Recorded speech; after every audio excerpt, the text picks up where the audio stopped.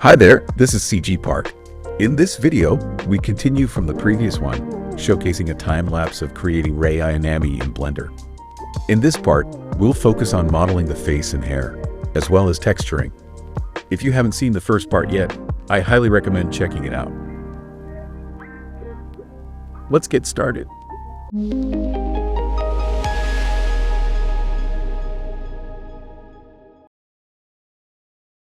Regarding the facial sculpting, I didn't prepare any design sketches this time. I aimed for a semi-realistic style that captures a bit of Rei's essence without going too far into deformation.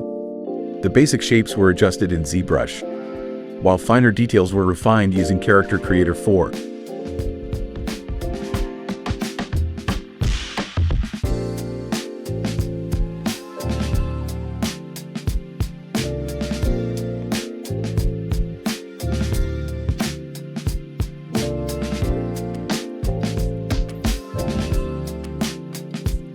Features like eyebrows and eyeliner can significantly change the impression of the face, so I'll paint those in quite simply.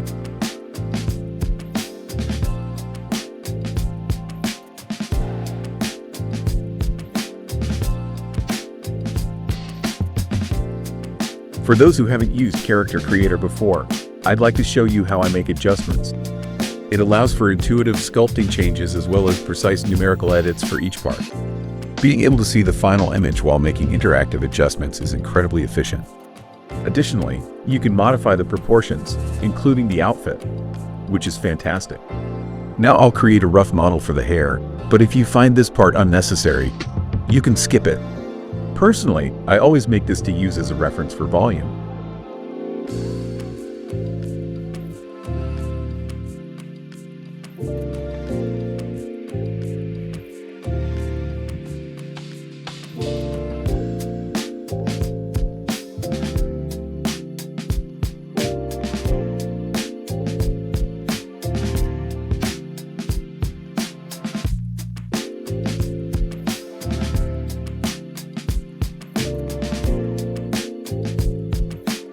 The presence or absence of hair can significantly change the impression of the face.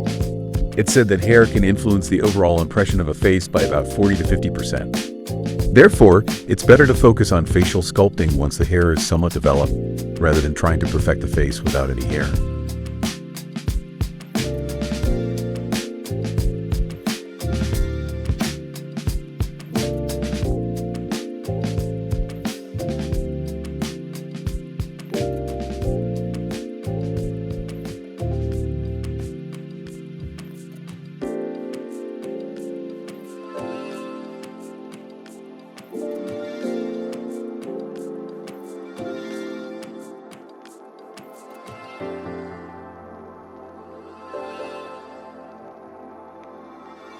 Once I have the overall vibe down, I start placing hair tubes in Blender.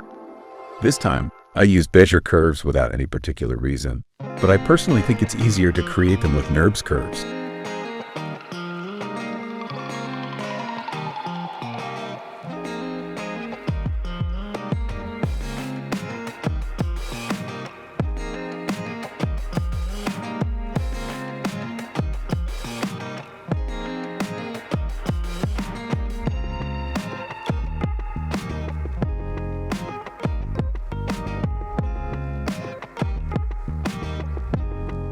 Modeling hair definitely requires patience.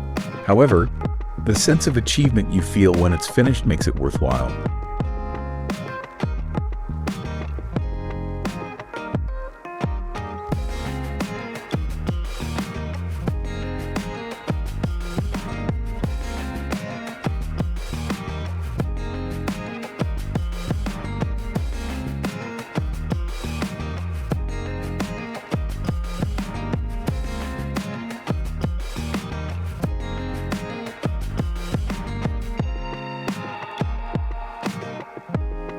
When placing the hair, I make sure to work layer by layer, stacking it from the nape of the neck upwards.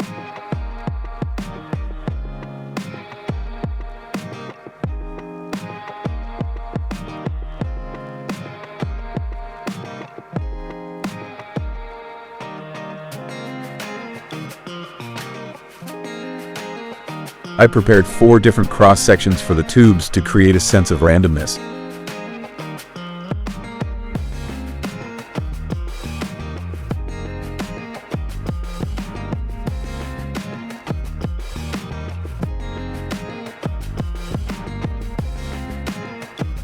As I layer the hair, I often notice the volume unexpectedly increasing, so I check the rough model multiple times and make adjustments.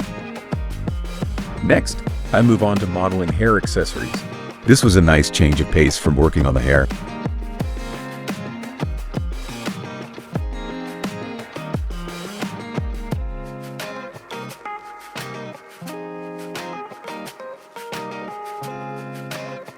After placing them to check the scale, I refine the details.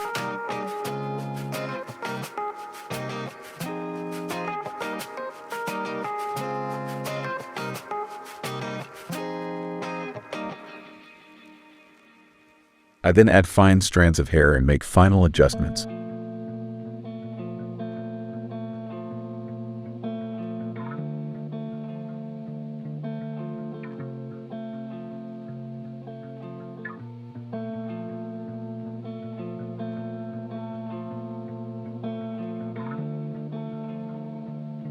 Once I'm satisfied with the result, I convert the curves to meshes and move on to texturing. I used Substance Painter for the texturing, just like with the suit. First, I created a base color layer and overlaid ambient occlusion with slightly adjusted colors using multiplication. Then, I added hair strands with a height map to enhance the details a bit. Next, I used a thickness map to increase the color information and did the same with a cavity map. While the visual changes might be subtle, I think it's better to have some randomness in the colors. In the next layer, I adjusted the overall color with a filter, and finally added a gradient from the top. As with the suit, I kept the texture simple this time. Now for the facial texture. To save time, I edited the texture of the base model from Character Creator. First, I erased the eyebrows and applied a white layer over the skin tone. Since this is a semi-realistic look, I removed overly realistic details. Then, I layered on makeup and eyebrows. And I hand-painted the double eyelid lines to make them more defined.